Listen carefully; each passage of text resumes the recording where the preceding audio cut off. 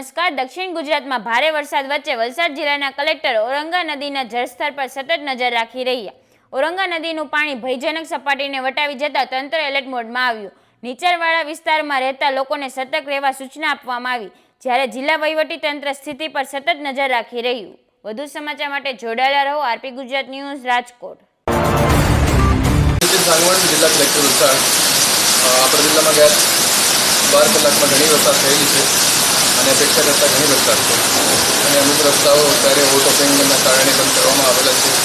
અત્યારે પણ ઘણી મોટી વરસાદ ચાલુ છે અને રાજ્ય સરકાર તરફથી એનડીઆરએફ અને એસડીઆરએફની વધારાની ટુકડીઓ અહીંયા મોકલવામાં આવી રહી છે અને બીજા અધિકારીઓ પણ મોકલવામાં આવી રહ્યા છે.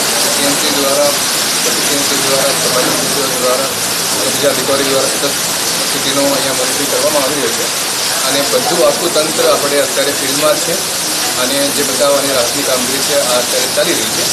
તો મારી સૌને વિનંતી છે કે આપણે પોતે જ્યાં સુધી કોઈ જરૂર નહીં હોય તો આપણે પોતાને ઘરેથી કરવું જોઈએ.